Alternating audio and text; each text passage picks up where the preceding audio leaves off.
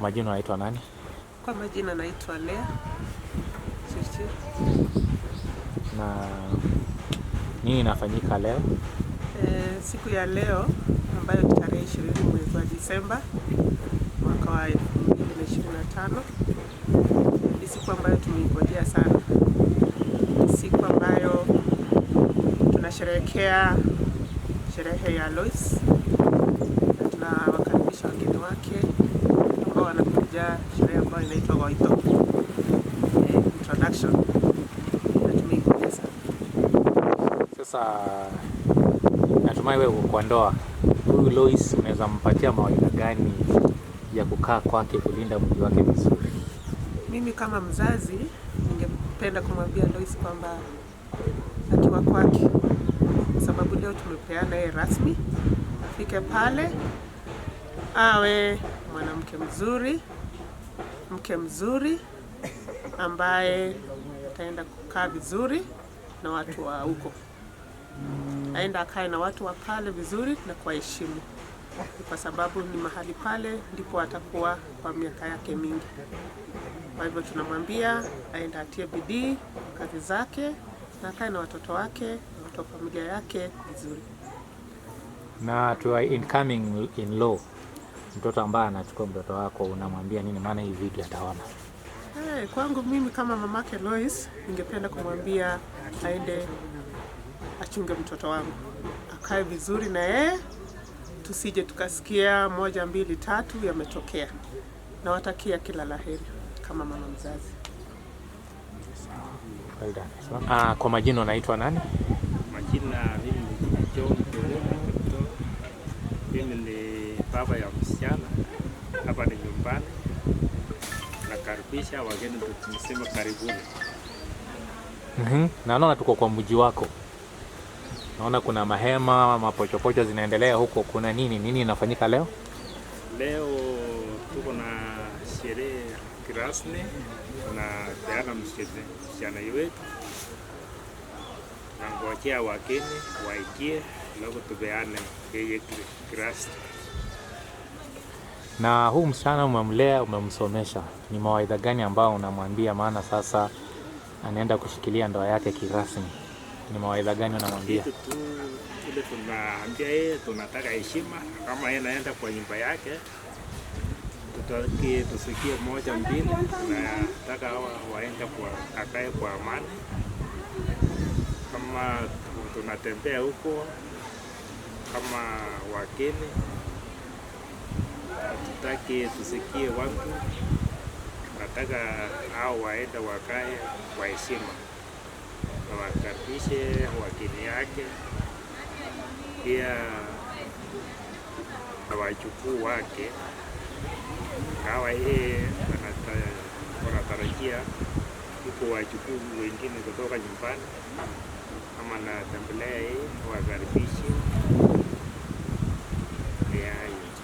Na kwa kijana wako ambaye anachukua msichana wako, unamwambia nini? Tunatakia waheri njema, wakae salama.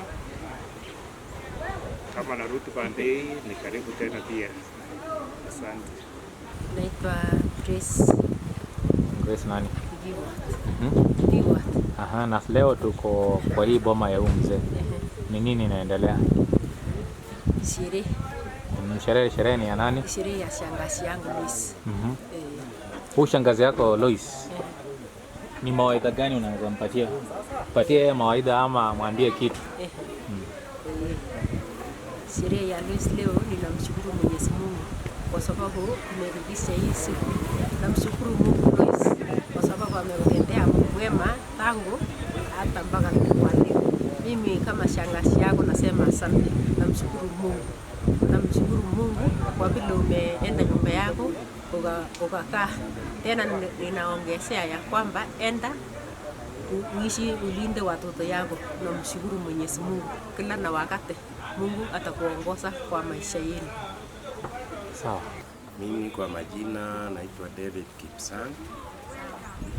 Na leo tuko ya msichana ya sherehe ya leo, ambaye siku ya leo tunataka kupeana yeye mali alijichagulia. Leo ndio tunapeana officially. Na huyu msichana wako unaweza mpatia mawaidha gani? Maana sasa anaenda kushikilia bomba yake kabisa kabisa, unaweza mwambia nini? Hii msichana tushaongelesha yeye, mahali yako yeye mwenyewe ndiye alijichagulia, akasema hapa ni mzuri kwangu. Sisi kama wazazi tukaruhusu na tukakubalia yeye. Kwa hivyo leo tunapeana rasmi akuwe mama ya hiyo boma yake alichagua. Na kwa maana hii video kijana ambaye anakuja kuchukua huyu msichana ataiona, unaweza mwambia nini? Maana ataiona kijana ambaye amekuja kuchukua huyu msichana. Wakati hii msichana yetu atakuwa na wazazi yake, kijana atakuwa, tukiwa pale, mimi nikiwa moja ya baba yake na wengine, tutamuongelesha na kuadvise vile wataishi maisha mzuri.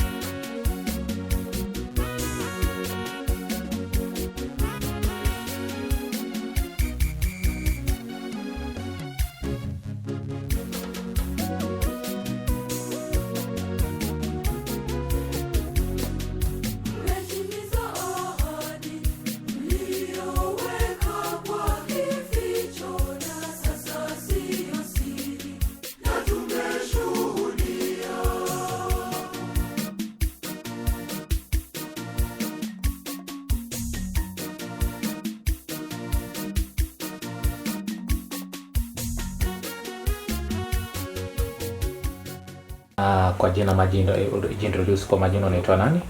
Kwa majina naitwa Lucy Korir. Na nini inafanyika leo? Siku ya leo pre-wedding inafanyika yangu na Brian hapa Outspan.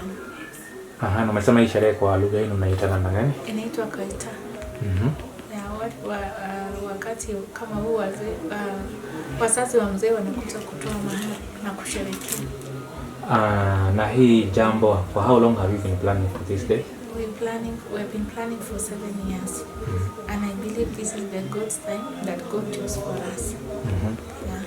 And for your parents and for your late mama, may her soul rest in peace, unaweza waambia namna gani? Mami, I love you so much. Mami alikuwa anataka hii siku sana na imetimia kama yuko. Nampenda sana sana na miss na natekero yake ilazwe vyema peponi. Apumzika akifurahi siku imetimia kama hii kwa maisha yangu. And for your daddy? My daddy, nampenda sana sana dad na ku-appreciate for effort ya ku-make sure hii siku imetimia na umeitengeneza ifane na Mungu akuongezee miaka mingi ili ukae kutuchunga. And for your hubby, baba ya watoto wako, maybe there is something that umekuwa ukitaka kumwambia lakini hujapata kulinga, lakini nataka kumwambia leo through this video, utamwambia nini? Be happy. I love you so much. I love you so much. I love you so much. There's nothing I can say beyond that. May God give us a long life together. And last one, maybe kwa watu wengine ambao wako tu kwa ndoa, something kama hii jai happen, ni nini ambao unaweza himiza? What just encouragement can you give to them? From my experience, hii mpango ya hii ndoa tumepanga for 7 years. Na challenges zimekuwa mingi katika maisha yetu kama kila ndoa. So ni kukuwa patient, continue praying, and your time will come as God has planned. Thank you. Na tunakuwish you a lovely day and enjoy yourself. Thank you.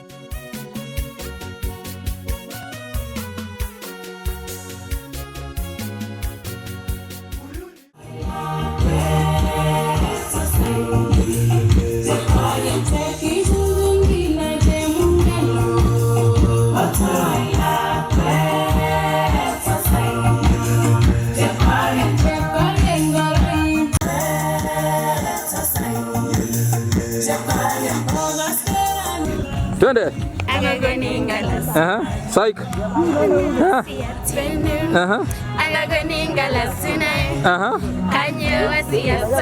Twende. Safi. Hizo ni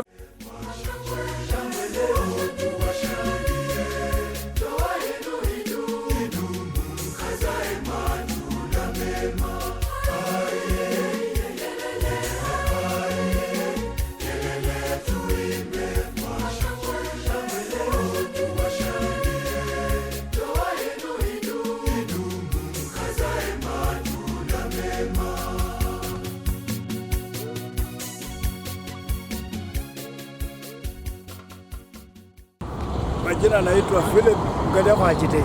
Na nini inafanyika leo mzee? Leo ni siku kubwa sana ya kijana yangu Bramwell Jitei pamoja na bibi yake Jemtum Lois Korean.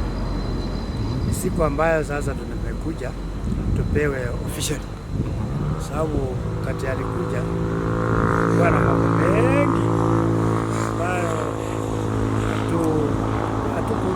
hatukutarajia, lakini kafanyika, akapoteza mama, naye kijana pia akapoteza mama.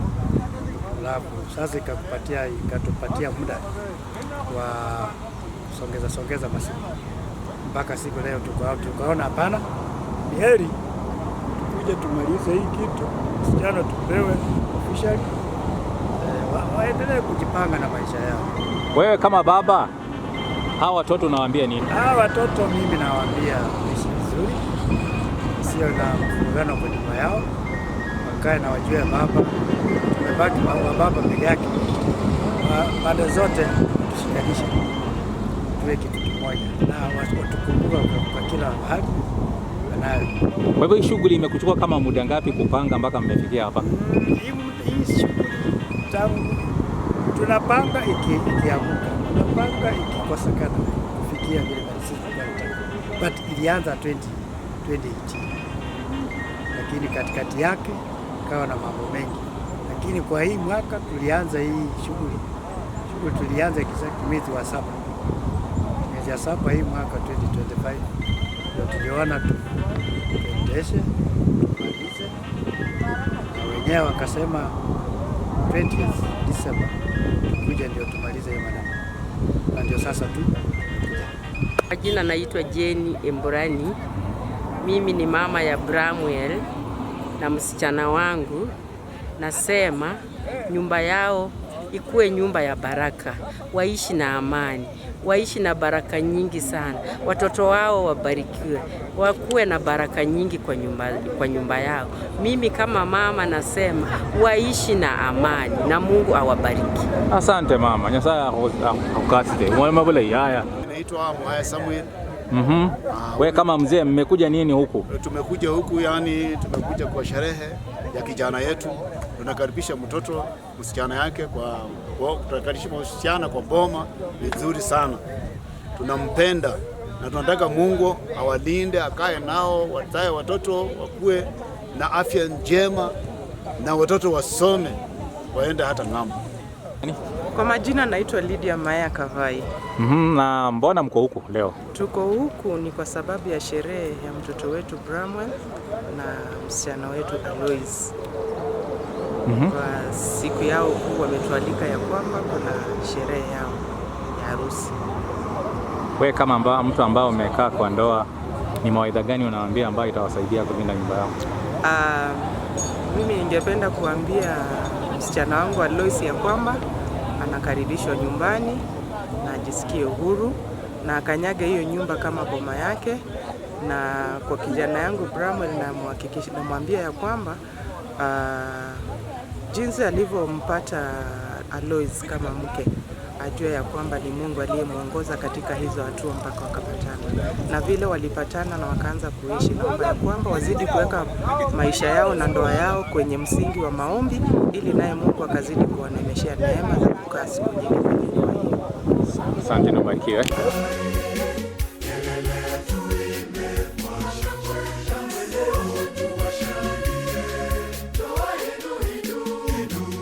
Kazae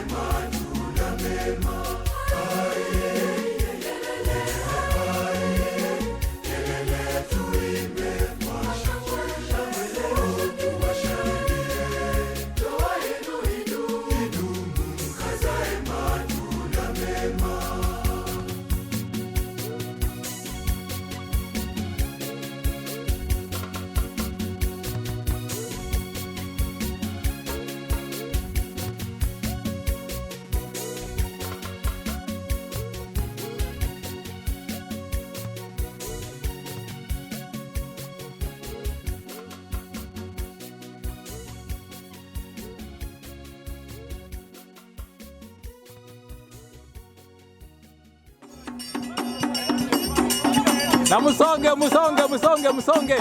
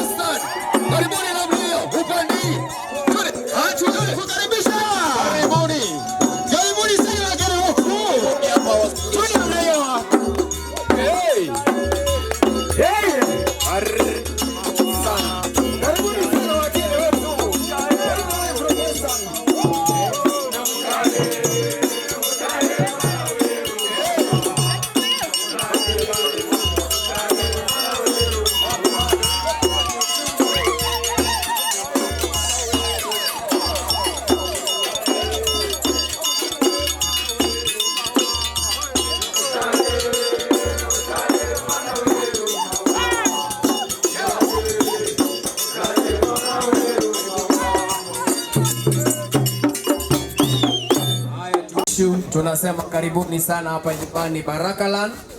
Tunawapenda sana, tunawakaribisha. Basi karibuni sana wageni wetu ambao twende.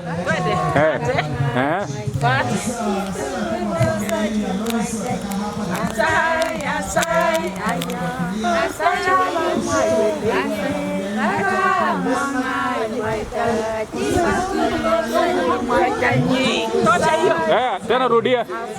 Tena.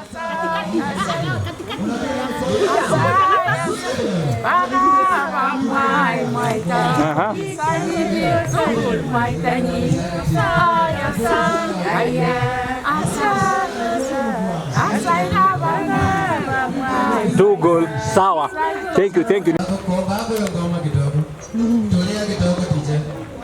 Ninaomba wageni wetu tutafutiwa nafasi, tunaweza enda wote pale kwa nyumba. Hawa ni wageni wetu wa heshima wa siku ya leo.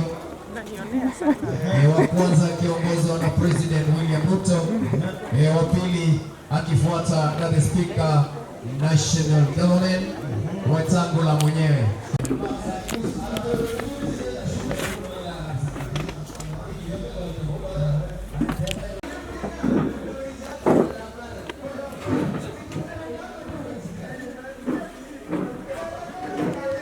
Sifiwe.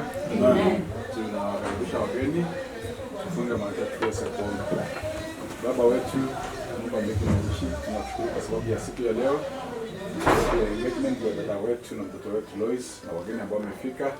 Tunapoanza mkutano huu, Mungu tunakualika uweze kutuongoza kwa kila mazungumzo na kila mwelekeo, kwa Roho wa Mungu atatuongoza na tutasikizana na tutamaliza katika wakati, na Jehova kwamba baraka zako zitaonekana kulingana na mapenzi yako. Kwa jina la Yesu tumeomba na kuamini. Amen.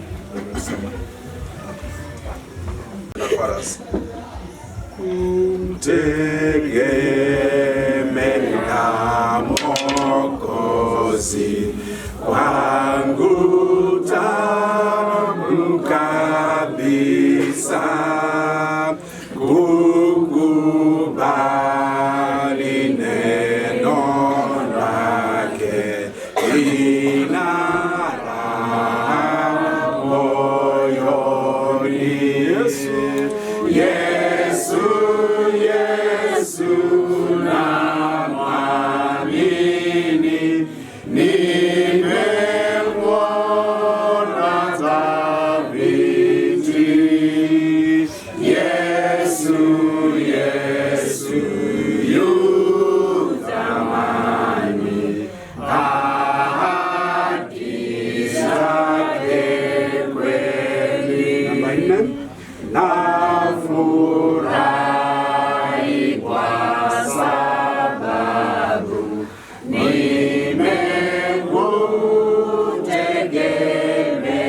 nimekutegemea. Yesu mpendwa na rafiki, uwe nami daima. Yesu Yesu namwamini, nimemwona dhabiti. Yesu, Yesu yu thamani, ahadi zake kweli. Basi asante na tuketi.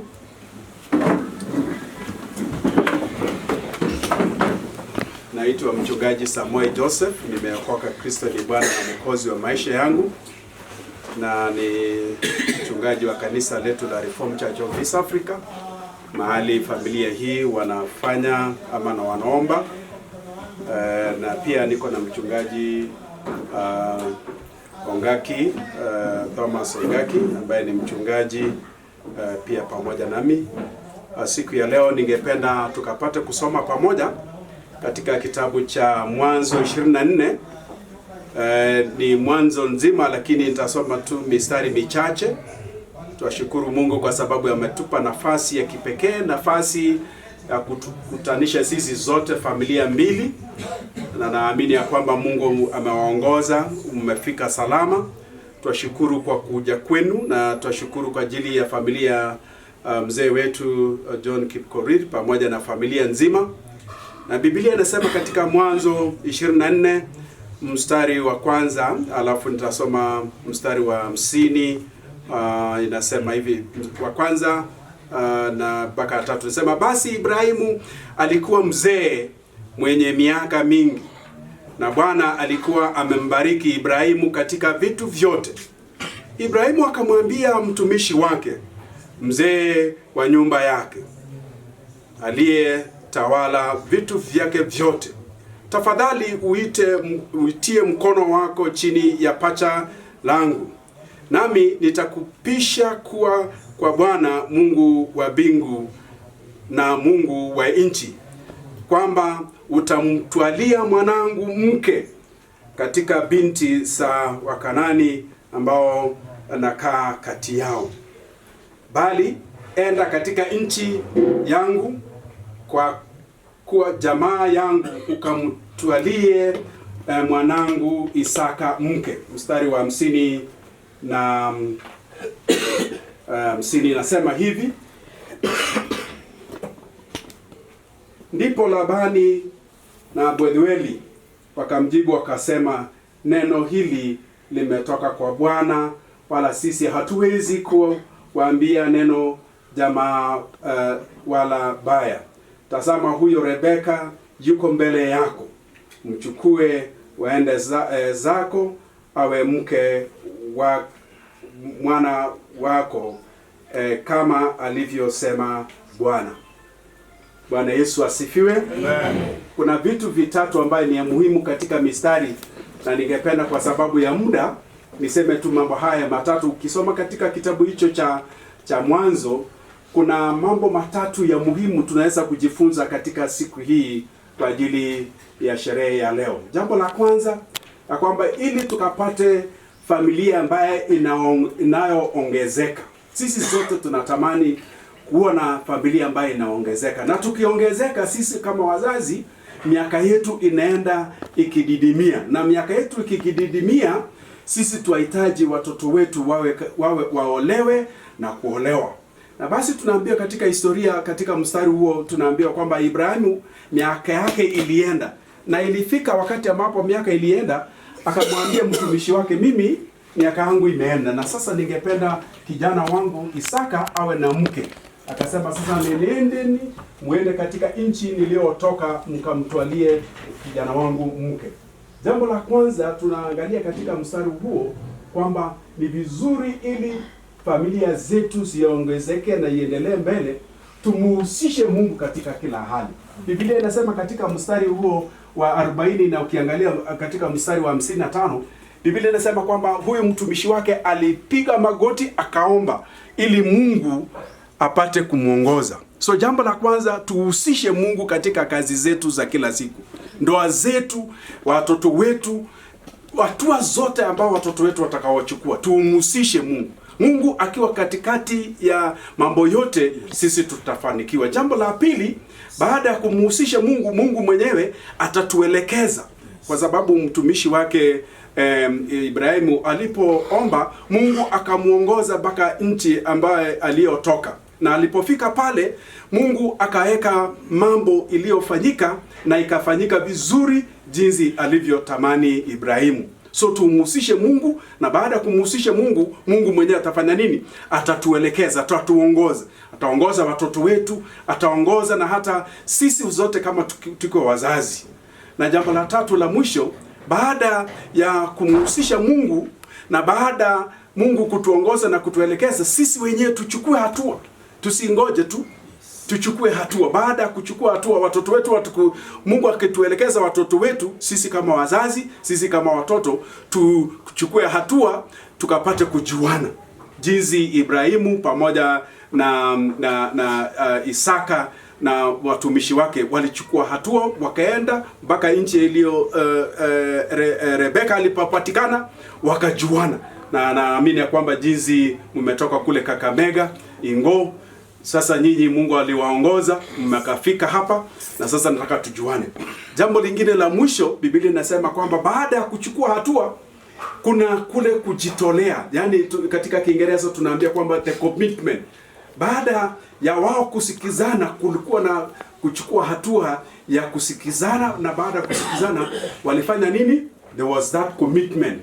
Watoto walipopendana, na sasa wasasi tena pia wakahusishwa, na Mungu akahusishwa, wakachukua hatua, wote wakachukua kitu ambacho kinaitwa commitment. And now we want to see that commitment ya kuja kwenu na sisi kama familia, kama kanisa, tuwe kitu kimoja. Bwana wabariki na kuongoza, kwa sababu Mungu wetu ni Mungu ambaye ni mkarimu, ni Mungu ambaye ameongoza sisi zote, ya kwamba tumuhusishe yeye Mungu, pia hata na sisi kama watoto na wazazi tuhusishe watu wote katika maisha yetu ya kila siku, ili tukapate kufanikiwa. Na tukihusisha Mungu na tujihusishe kama sisi wazazi na watoto, tutachukua hatua, na baada ya kuchukua hatua tutajitolea kujicommit, ili maisha yetu ikapate kuendelea na tuwe na familia ambaye imefanikiwa.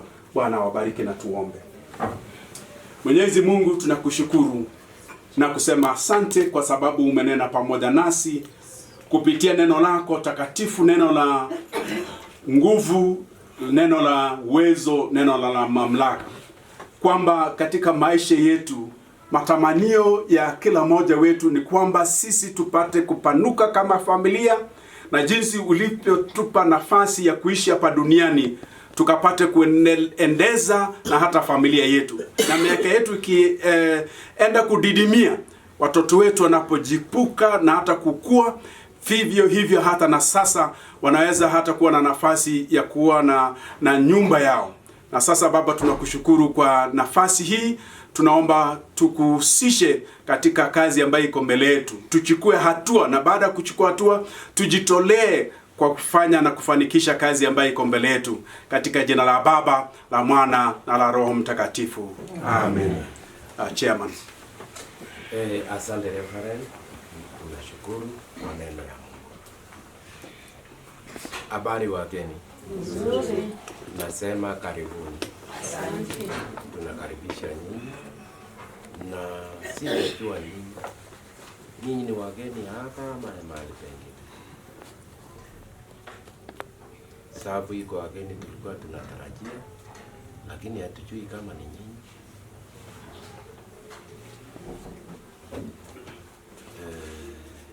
Hapa mnajua? Mmeshawahi kuja hapa? Ndio. Kama mmeshawahi kuja, nafikiri nyinyi wale wageni tulikuwa tunangojea. Hapa mnajua kama wapi ama kwa nani? Tunajua hapa kama kwa Mangwai John Kikore.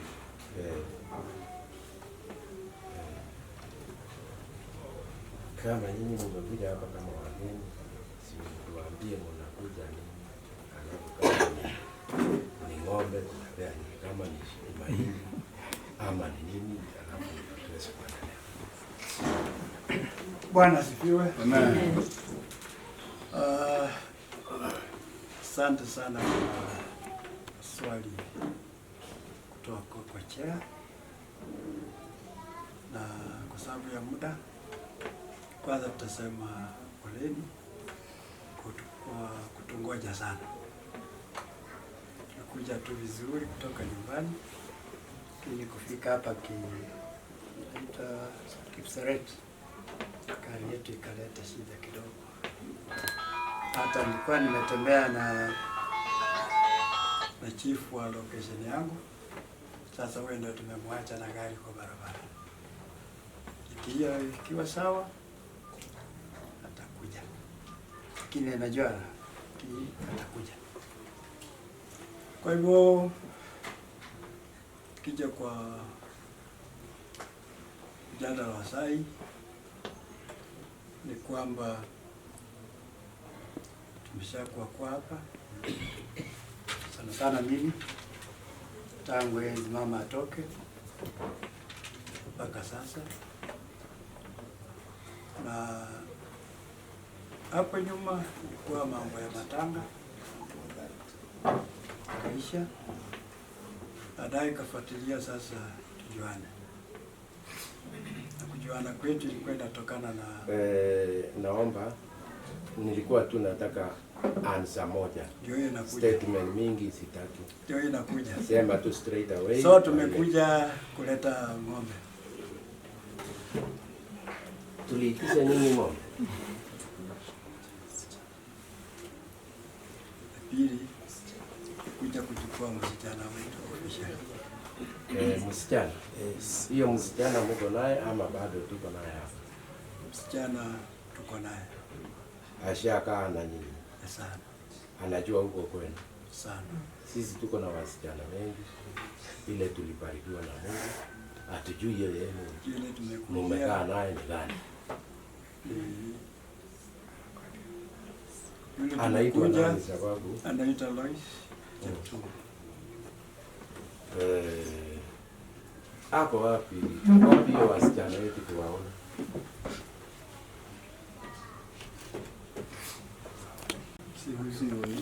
Sio huyu. Si niliambia nyinyi tuko na wengi, hebu tembea chap kidogo. Haya, wengine wakuje kama wako mpaka tujue ni gani wamekaa naye. Hapo iko moja tunatafuta miaka mingi hatujui iko wapi.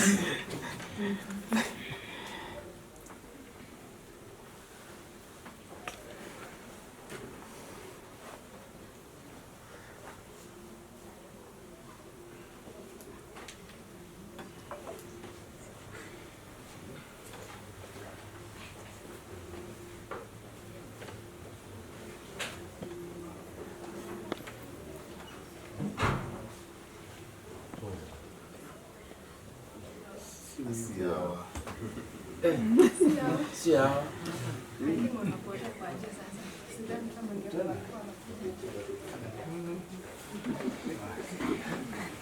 Iko ingine alikuwa amepotea muda mrefu, lakini niliona kisha.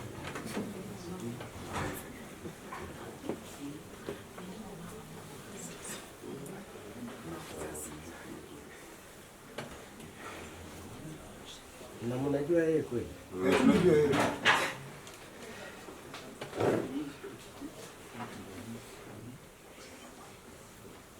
Ana hapo kati yao anakaa. Bado.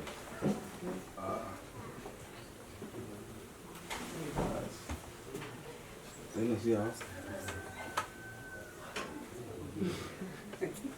Hapo moja. Ni mugani? Iko mrefu na mfupi. Huyu mfupi. Mlisema anaitwa Lois. Lois. Unajua hao watu? Umekaa na wao? Sasa hao watu ni wageni, wanasema wanakujia. Turudishe ama tuongee nao? Tuongee nao. Sawa.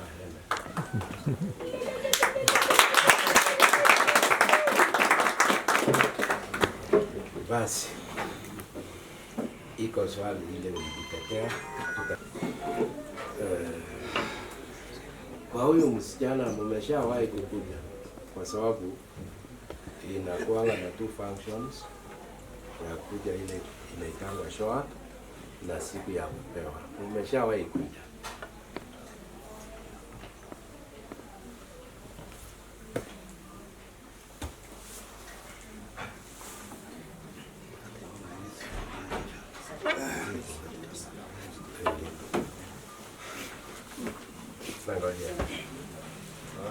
Kuja hapa maswala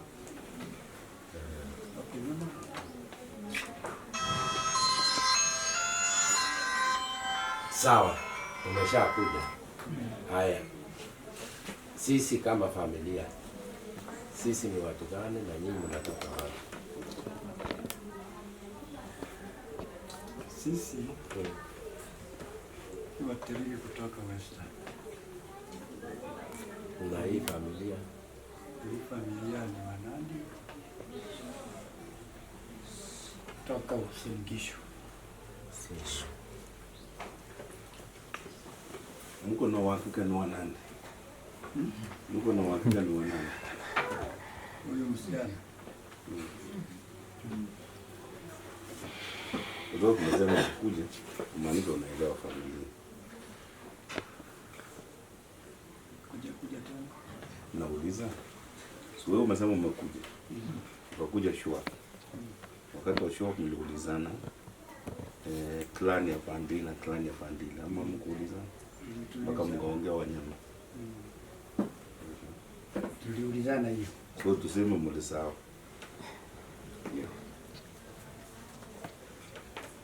Tuko salama lakini tutakuja. Mlikuja. Itakuja tu. Itakuja. Sasa huyu ameuliza nyinyi ni kina nani? Expectation yetu nyinyi clan yenu, wanyama wenu, hiyo story hizi na sisi ni kina nani? Ndapo tuone tukutane katikati. Hiyo story ingeisha. Sisi clan yetu. Sisi clan yetu ni Vambo Bala. Vambo Bala watiriki. Mko na mnyama. Mko na mnyama fulani. Symbol ya clan. Tuna. Kusema kwa Uswahili ni mnyama gani? Kama na aina ya mnyama ni kwa Uswahili ni mnyama. Kwa hiyo kwa Mloeli najua kwetu. Sasa ile unazaliwa tu naambiwa wewe kilani yako ni. Alafu ya pili inaongezea ya mahali mama anatoka. Na inaisha tu. Hatuendi pa kufuata kwa wakati gani wanya mnyama gani. Huwa tunakuwa rifadi huko nyuma. Sisi symbol ya clan yetu ni mwewe. Mwewe. Sasa tunataka hiyo symbol ya clan yetu.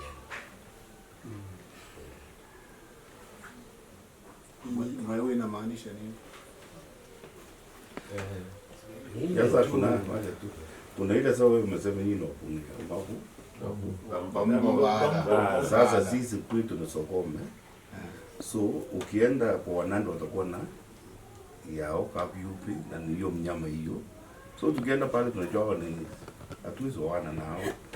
Na I'm very sure hata na nyinyi kule kwenu kuna mnyama, kuna vile tungejua kwamba kama kuna uhusiano ama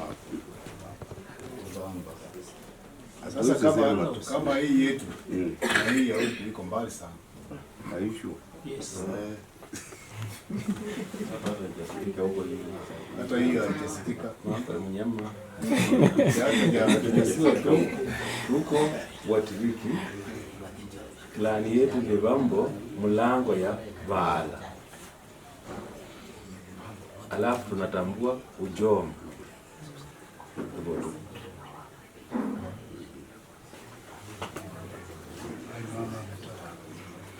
Bala hiyo ni nyumba kubwa. Hiyo nyumba. Sasa tuko na nyumba tatu. Tuko kwa hii Vambo hii tuko na nyumba ambayo inaitwa Vambo Bala, tuko na Vambo Masese na tuko na Vambo Wanzobe. Sasa sisi ni Bala. Nyumba ya pili. Maanisha nini? Ndio maana yake.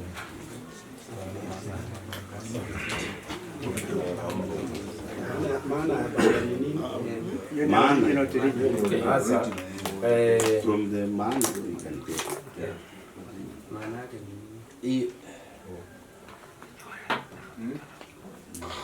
Kutoka maana yake ndio tutajua. Maana ya hiyo vala. Unajua, okay, unajua hiyo vamba vala. Hawawezi kuona wenyewe. Yes. Nyumba tatu zote. Nyumba ya kwanza mumbo mwala. Hawezi kuwa mumbo masese. Hawezi kuwa mumbo panzo. Yes. Wako within the territories. Yes. Within the three. Within the territories. Yes, because ancestor wetu ni mmoja. Ancestor wetu ni mumbo. Nimewaelewa? Yes. Sasa nyinyi ni kwa wateri. Na mkende nje. Mnaoa kila mtu. Yeah, sasa hiyo hapa sawa. Sababu hauko kwa hii kamati ya mambo ya mala na si sawa. Huwa tunaambiwa usioe mumbo, jina tu mumbo.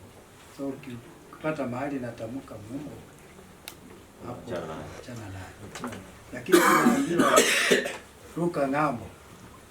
Kila mtu. Uko lakini naye na tuachia. Basi hiyo kitu bado tutaiangalia mpaka kwa sababu ya saa, wacha tuachie hapo. Haijaingia. Bado hiyo mpaka ipite kabisa, the right thing for the future ya hiyo watu. Kwa hiyo watoto. Unaona hiyo muda hii yote.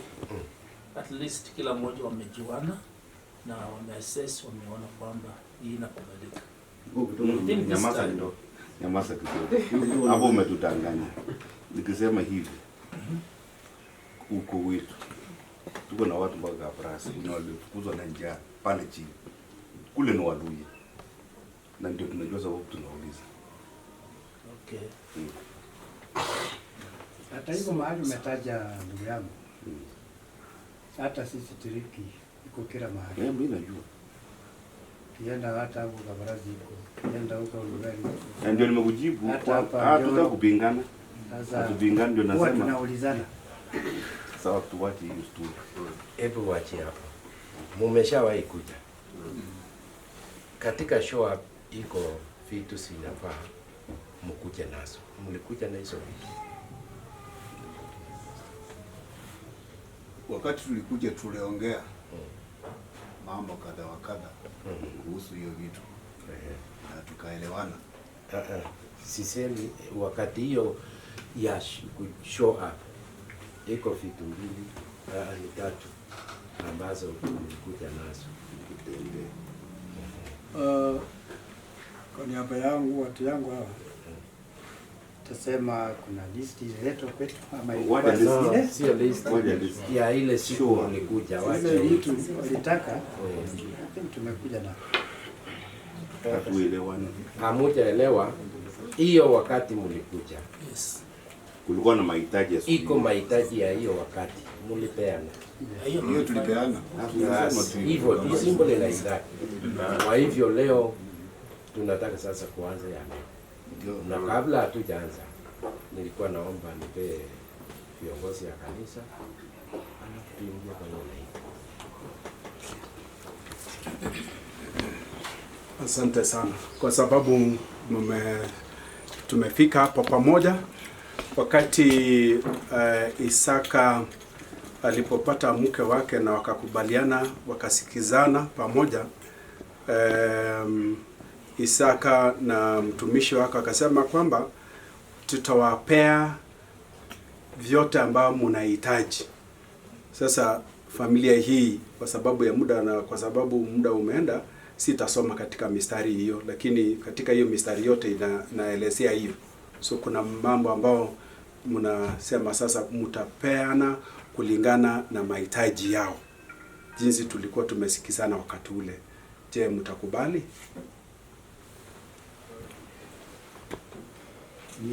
Thank you. Asante kwa kujibu. Sasa tunakuja kwa kazi ya leo, ile kitu imeunganisha sisi na nyinyi. So mumekuja mkiwa mmejipanga. Tukiwa hapa ndani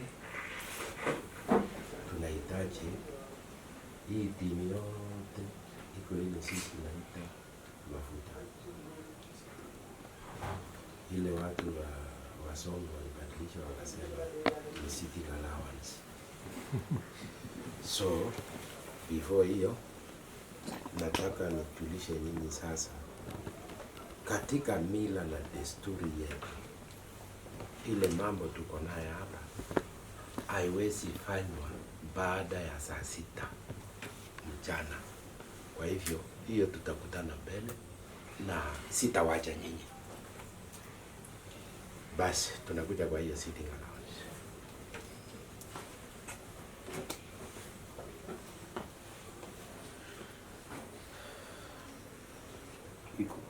Utakubali simu?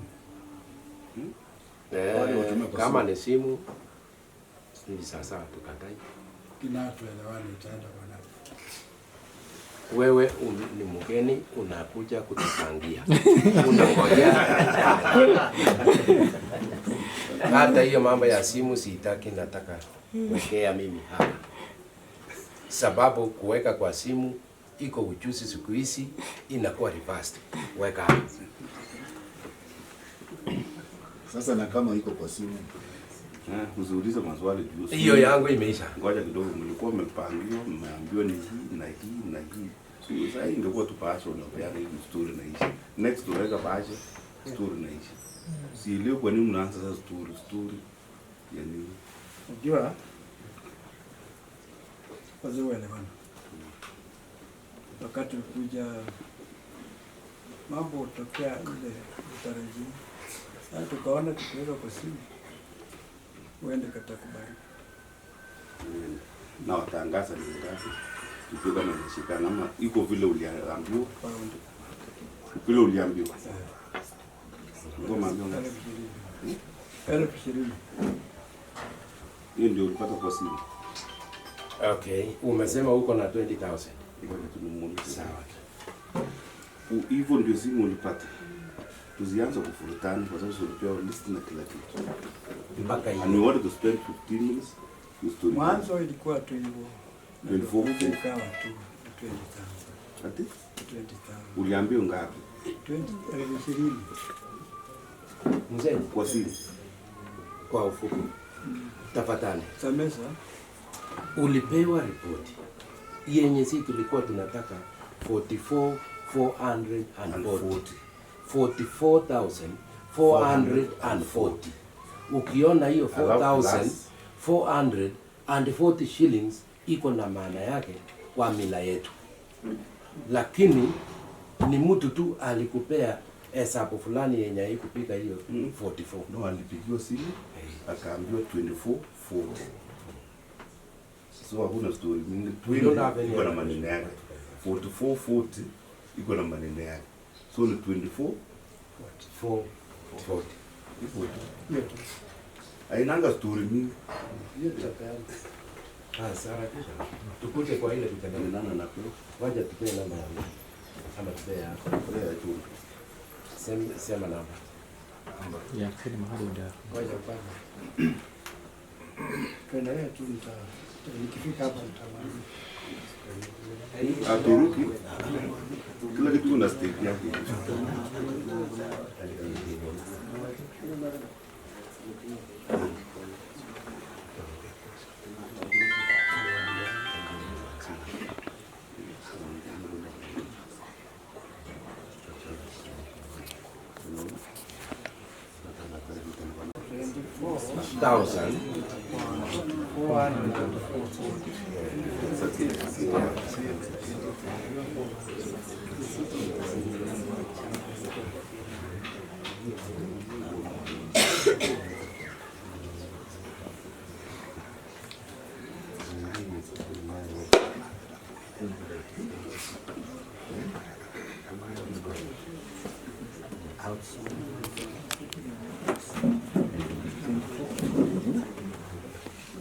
24,440. Yes.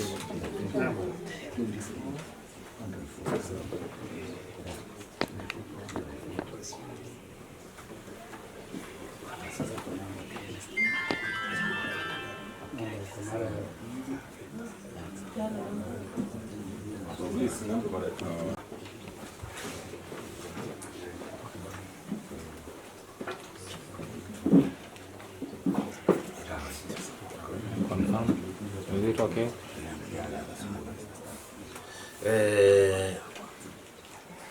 Imefika sasa, tunaenda kusonga kuendelea mbele, na watu wamesikia njaa, na tukifuruta maneno mrefu tutapanisha watu na njaa. Kwa hivyo vitu tupeleke chapcha haraka tumalize.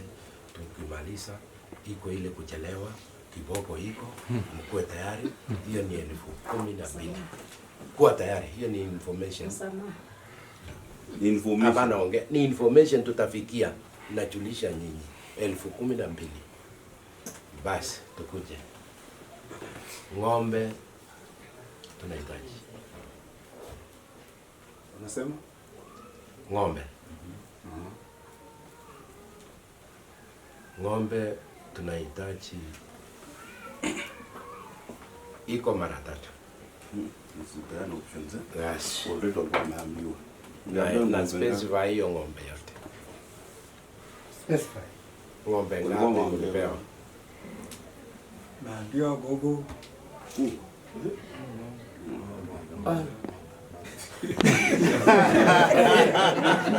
Simu uliambiwa ng'ombe ngapi? Ng'ombe nimeambiwa ng'ombe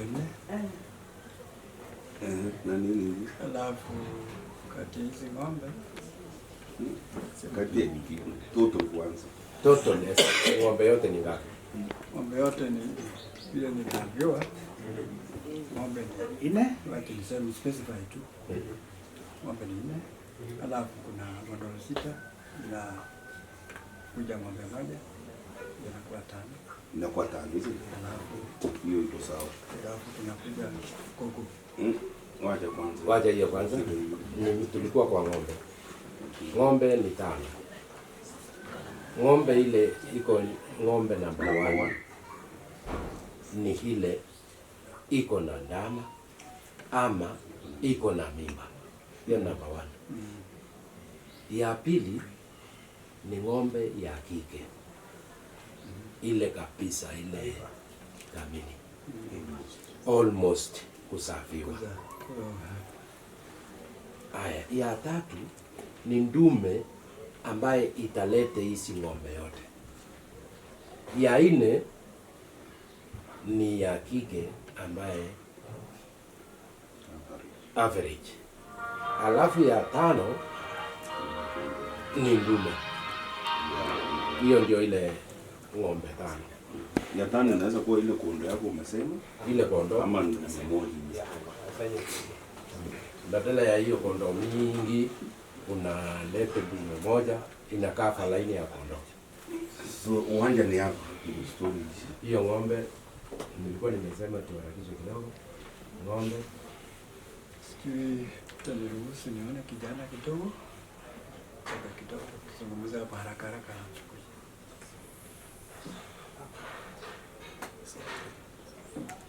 Anaomba azungumze na kijana hapa nje, yuko hapa tu. Alafu arudi. Inaitwa instruction. So kama tumekuwa tayari kukuja, unakuja mara moja. Na ndio ukienda hivyo kuna ile kuna disturbance allowance tena.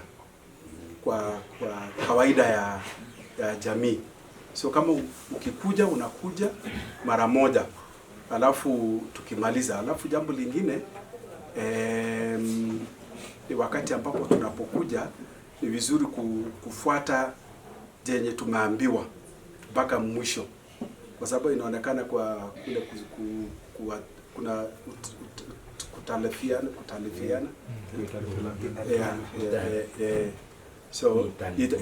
so ni mzuri, kwa sababu mnajua kuna culture ya Teriki na kuna culture ya Keyo, na Teriki sana sio mbali na na Wakalenjin na Nandi, na mko karibu na Wanandi huko, na sisi kama Wanandi tabia zetu zingine zote karibu na Teriki. Na nataka nisema kwamba tunajifunza, na tukijifunza ni vizuri, tukijifunza unaelewa na kuambatana na mafunzo. Naomba hivi. Unajua vitu vingine tunaongea hapa ni vitu sasa tumekutana na watu hapa bwana. Lakini wakati uko hapa si yote tujaambiwa yote. Lakini sasa tutaenda vile kuna. Nasema kama hii unaona 24,000 140. Hapana, lete tu. Hiyo ni vitu tulimaliza. Ukirudisha sisi nyuma tunakula saa. Twende kwa ile kitu tulikuwa mbaya ni ng'ombe. Twende na ng'ombe. Sema ng'ombe iko ama hakuna. Short.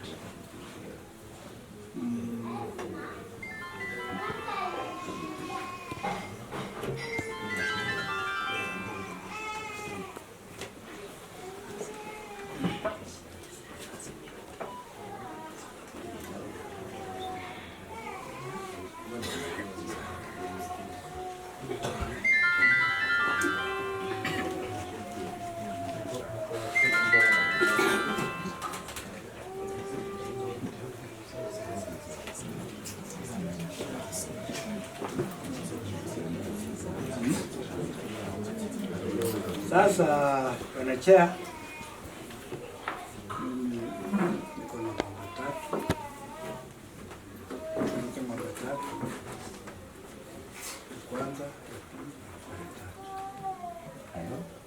Kwanza, ya pili, ya tatu. Kuja tu mbele. Alafu mkono wa kushoto tunaona manyama ya white mingi.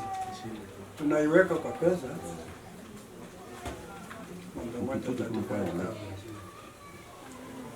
Just hold on. Madam kuna namba tatu. Kupatia bei sio wewe. Ni sisi. Asante. Uko na ng'ombe tatu. Hiyo mbili iko wapi? Hiyo mbili tunaona takuja baadaye. Sawa. Tutakubali, tukubalie watupatie ng'ombe tatu. Hiyo ingine watatupea baadaye. Hiyo ingine itafika lini? Lakini kati ya hiyo tatu, si mnakumbuka nilimention ng'ombe ya kwanza, ng'ombe ya pili, ya tatu mpaka ya tano. Ya kwanza nilisema ile iko na mtoto kidogo ama iko na mimba yenye isai. Hiyo iko na bei yake. Hii ingine kwa sababu karibu ikuwe safety ama imekuwa safety, ni ile the best kwa ng'ombe zote. Alafu ya tatu nilisema ni dume kubwa yenye italeta hizi ng'ombe. Sasa hesabu hiyo tatu. Hiyo tutajadiliana baadaye, ukilete hii tatu uweka hapo kwa meza. Tutajua hiyo ingine itafika. Sasa hii tatu ndio nimesema tumeiweka kwa pesa ya 35,000. Ng'ombe yote tatu 35,000. Ya ng'ombe tatu hivi ni 35,000. 35. But ngoja tu nimalize kwa sababu nafasi ni yangu. Hii moja ambayo iko na ndamu, uwezo kuniambia ni sawa na taifa, uwezo kuniambia ni sawa na Mungu. Unajua alizungumza kitu kingine, ng'ombe ya kawaida hapo, kwa kawaida hapo ndio mahali umesikia vile inaenda, vile imepangwa. Hata wewe ukikaa hivi hii itakuwa sawa.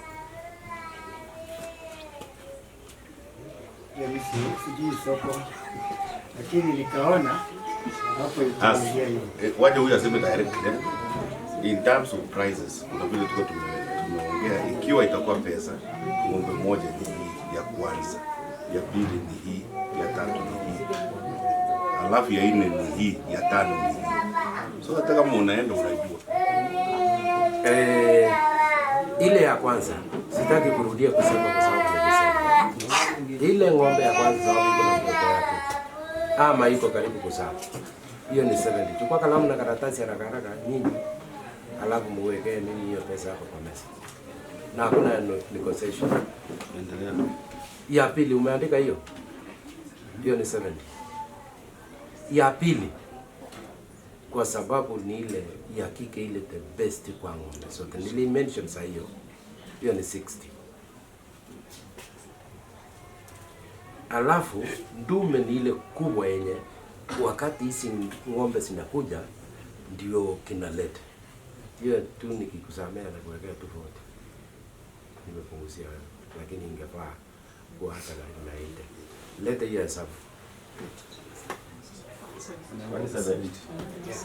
Basi ikiwa 170 iko mali tunafuatanga kwa kimila 70 unipatie 160, alafu tujue ile mbili itakuwa nini. Okay, I'm 160.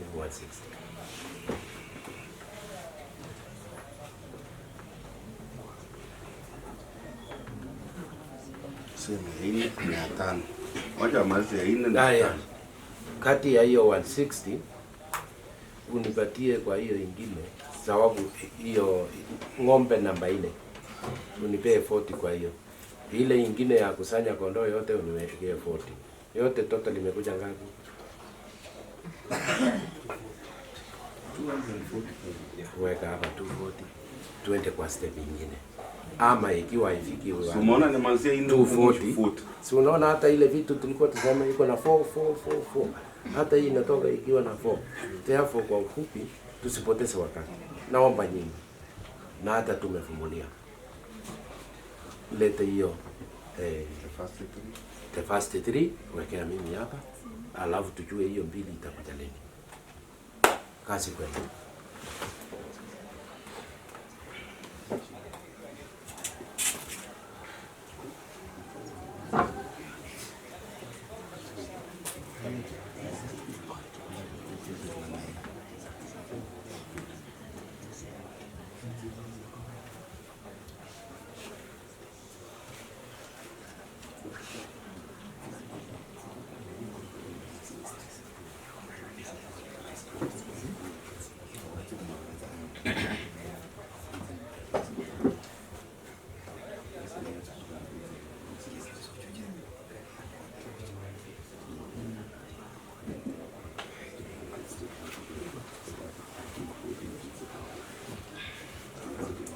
Sasa tukipeana ile kitu ambayo tuko nayo, alafu ile ingine ikipaki tusungumusa vile tutateta hapo nyuma, ni mbaya. Itaitwa ng'ombe ngapi? Unajua ndio tumesema mnaona ng'ombe baki mbili. So nafikiri mnamaliza ng'ombe 3 kwanza. Na inaenda as per the order. Na kama sasa nimekupata vizuri. Na utanifikia 160 40 hiyo ni baadaye. Now my humble request, or our humble request, because tulikuwa kwa ile assumption tulikuwa nayo, tumekubali hiyo 160, lakini hatuna hiyo 160. Yaani tuseme mtakubali chenye tutakuwa tuko nayo of this 160. Sema tu uko nayo.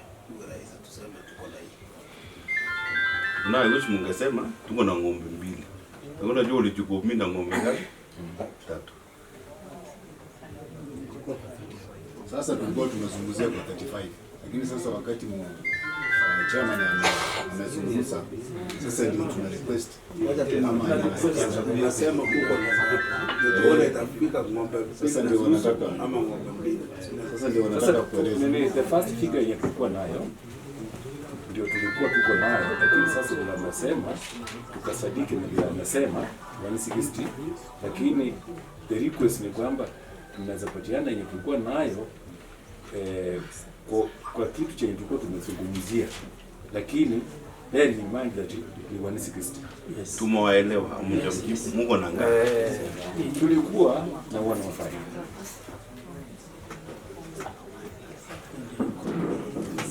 So Mungu na ngapi? 105. Basi ndio hiyo. Mchaza wacha tu. Sasa the question mchaza tu iwe ng'ombe mbili. 70 na ilikuwa ngapi? 70 na 60. katika hiyo utaratibu, si unaona iko ng'ombe namba 1 mpaka namba 5. Na namba 5 haiwezi kuja kutangulia ng'ombe namba 1. So tukifumulia muklie ng'ombe namba 1 na namba 2.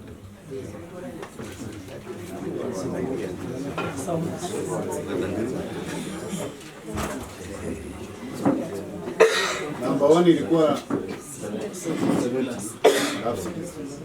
na 6.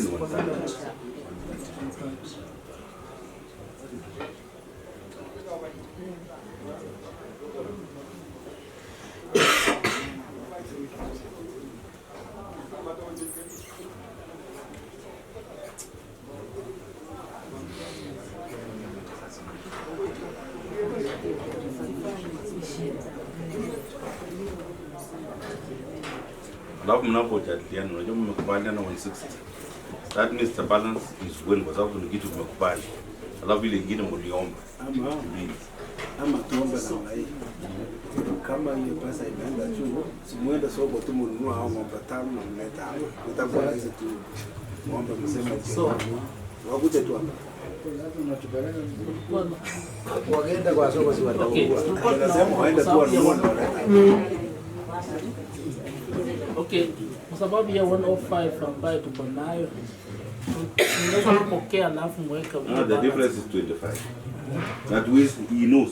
Sasa alikuja hapa the last time and told him that going shika pesa kukuwekea. That one he knows acha jaribu hiyo tu. So tuzirudi.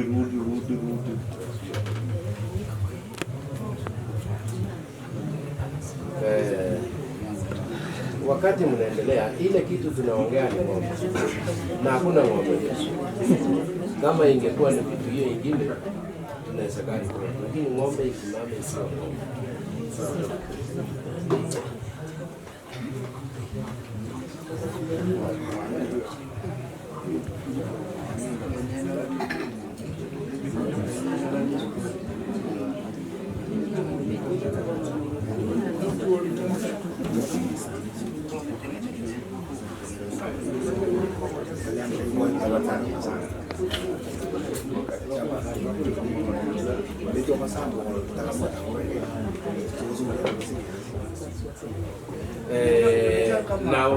Nataka tufanye hivi.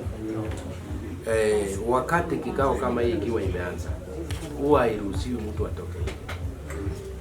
Lakini kwa sababu viongozi ya kanisa wako hapa, tunawaomba muende break, si nje.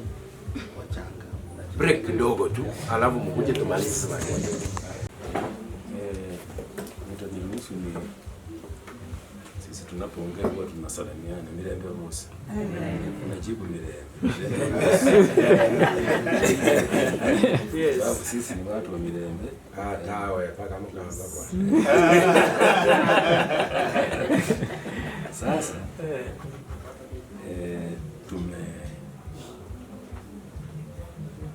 jaribu tuwezane.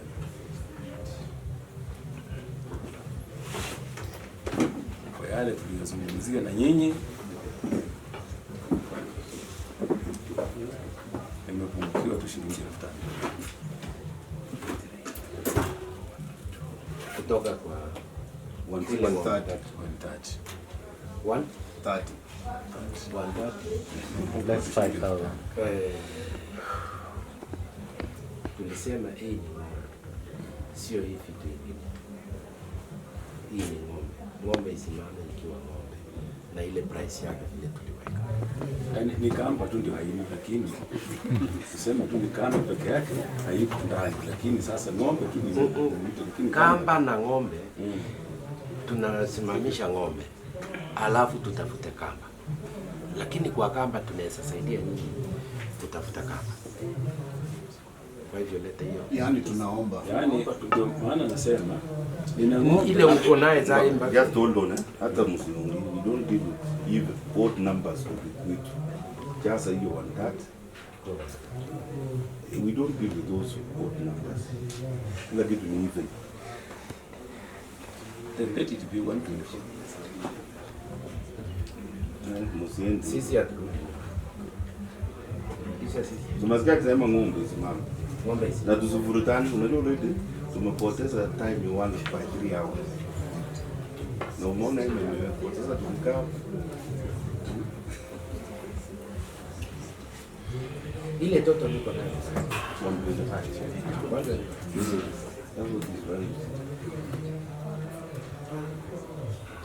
ilikuwa ngapi na ngapi? Ikakuwa ngapi?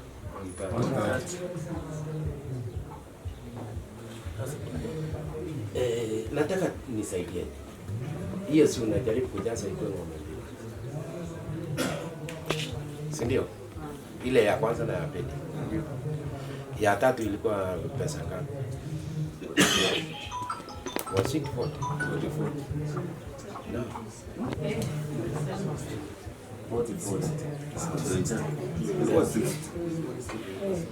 60 ilikuwa 70 na 60. Ya kwanza na ya tatu na ya pili. Wewe uliandika soma. Hebu somea sisi ng'ombe ya tatu. 60 40 40 40. Basi nataka tusaidiane. Mimi nasaidia nyinyi. Sawa. Yenye nitanyoroshwa hapa nyinyi mkienda. Sawa. Ile ng'ombe ya tatu ya 40 nataka mkubali hiyo ya tatu ikuwe 60 alafu hii ikuwe 120. Nini? 70 na ngapi? Sawa. Hiyo ni sawa. Hapo ni sawa sawa. Turudi upande Kama na mko confused wacha tunaye kidogo. Order. Amufai kutoa sauti vile mmetoa. Hii kazi mimi niko na powers ya kusimamisha. Na mrudi mkuje siku nyingine. Tulia na msime taa, mfuate instructions yetu. Sawa? Sawa. Amwezi fika hapa na mkuwe na nguvu. Basi tosha.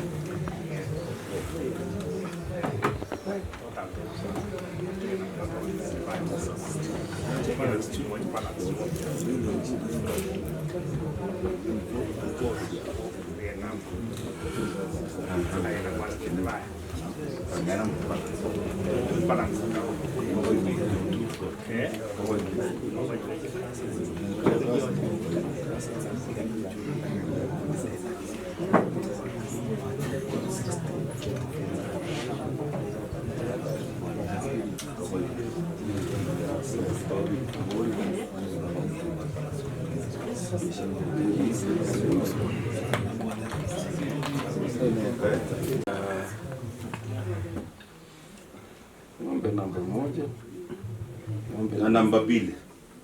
Uwezo ruka kwa Kilanito tunaenda ya 3. Sijawahi ona mimi. Unless leo tutakuwa wa kwanza. Yaani ni kusaidia. Ile Chairman alikuwa anajaribu. Sawa, ndio huyu chama. Ile minimum ambaye mtu ambaye anaonewa huruma ni kama ng'ombe 3. Ile ya kwanza, ya pili na ndume ile yenye naleta. So hata si tumevumilia. Kama mjasi please hii mkutano itaisha. Tuende tufurahishe watu huko. Mtapanga siku ya kuja mkiwa tayari. Symbol and clear. Tumetoka ng'ombe 3. Ndio hii mnataka kuteremsha sisi mpaka ikuwe ng'ombe 1. Na katika tukifuata utaratibu ya bila haikwangi hivyo. Ni vile tu nyinyi ni watu mnatoka kuendelea sisi ndio tukasema. Fanyeni hivyo, twende kwa step nyingine. Msifikiria ati tukimaliza hiyo ile kazi tuko nayo hapa imeisha. Bado kuna mingi na still that is another way yenye tunapanish watu wako.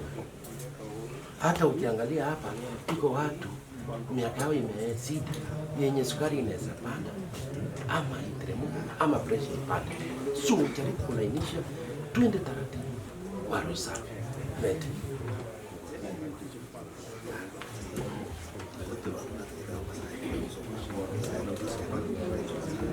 Bramwell Jidei Lugalia.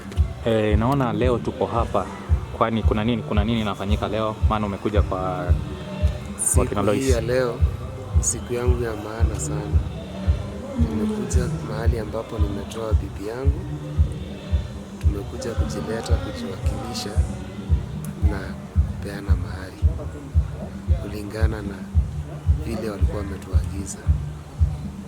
Na huu mpango wote, how long has it taken you kufikia this particular point? Huu mpango umechukua muda na umekuwa na challenges sana. That's why narudishia Mwenyezi Mungu shukrani sana kwa kutufikisha hapa, kwa sababu ni kwa uwezo wake.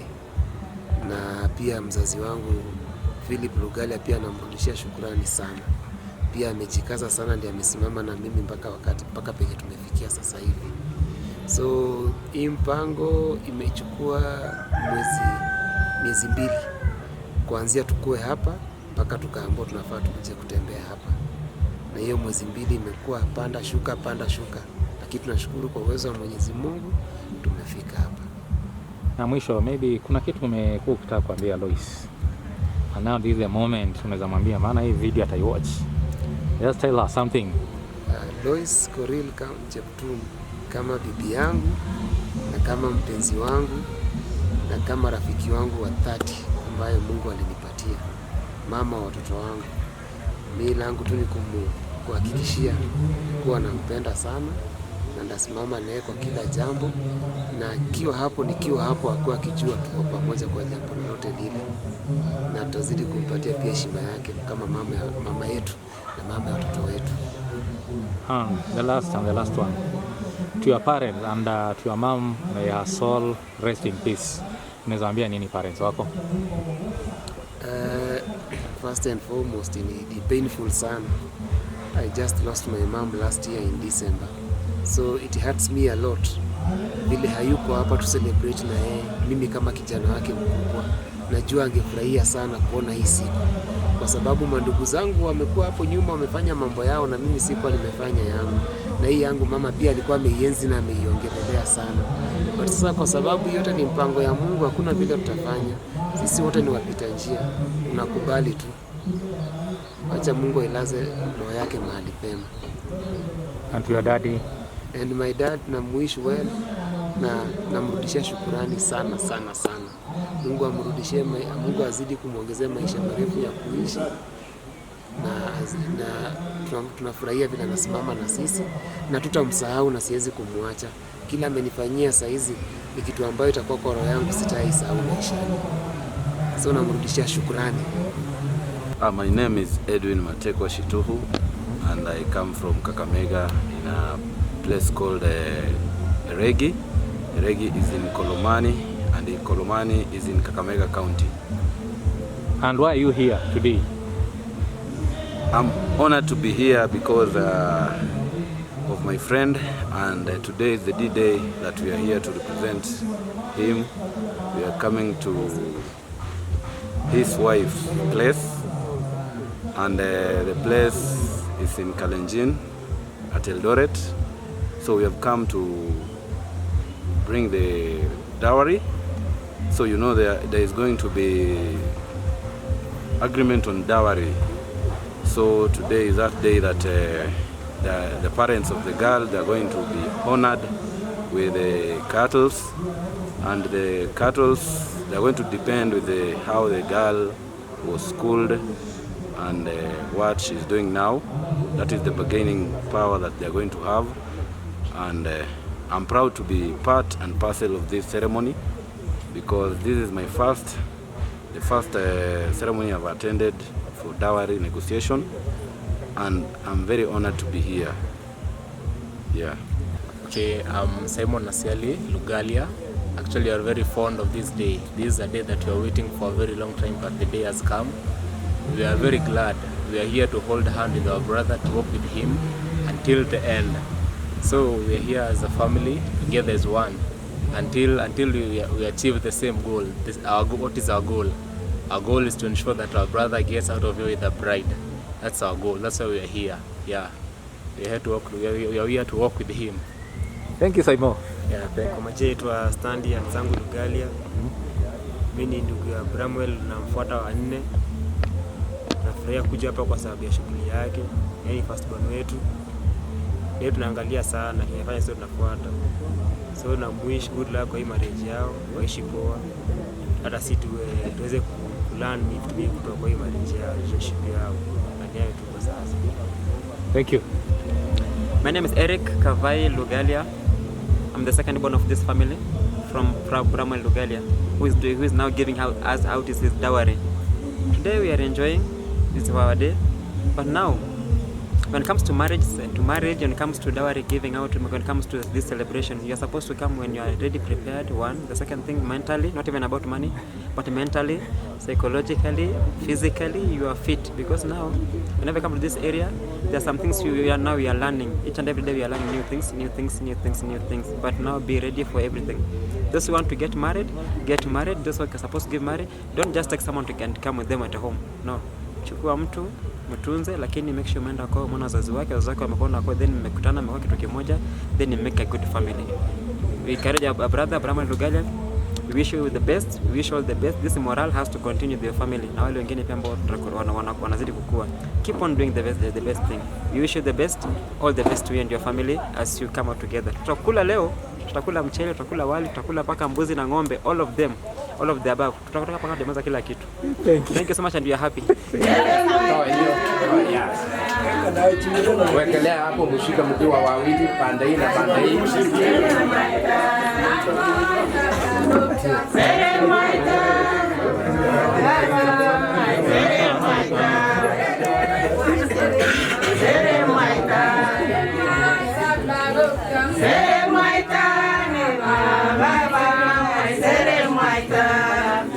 Alafu mpatiane.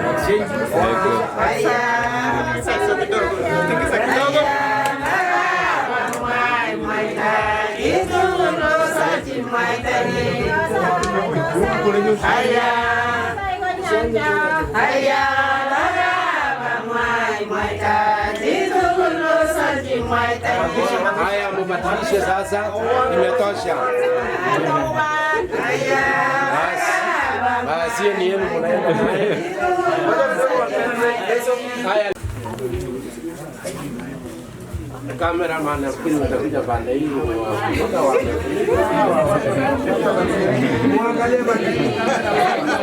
Shatoka tu hawa songa, alafu ndio niwapigie picha.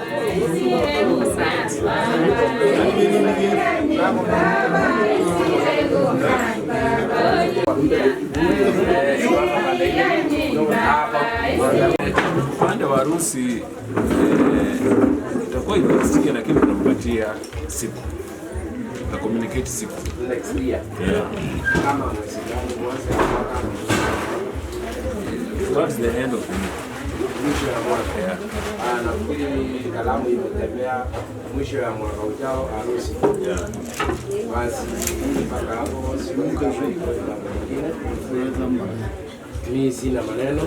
Nataka naomba viongozi ya kanisa atuombee. Alafu iko hiyo mtu atatuonesha wapi amasiwa mko tayari.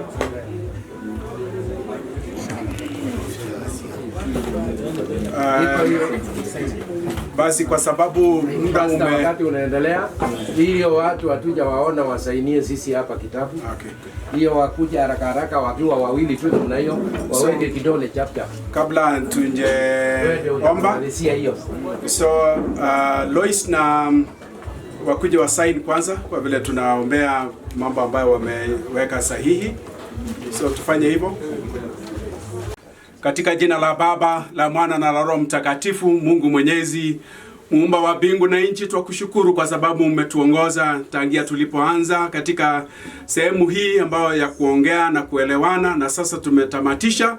Tunapoondoka sasa kwenda kule nje ili tumalize na tukapate kufikia mahali ambapo tutafikia, tuwaomba kwamba utuongoze na tuelekeze, tujifunze kujihusisha na wewe na uongozi wa Roho wako Mtakatifu. Twakushukuru kwa sababu ya uwepo wako na uongozi wa Roho wako Mtakatifu. Tawala maisha yetu, tawala nyumba zetu, tawala mienendo yetu, tawala mawazo yetu na hata usemi wetu. Twakushukuru kwa sababu hata vyakula tunaomba vibariki ubarikie, na kazi yote ambayo tumefanya uipokee na uibarikie katika jina la Baba, la Mwana na la Roho Mtakatifu.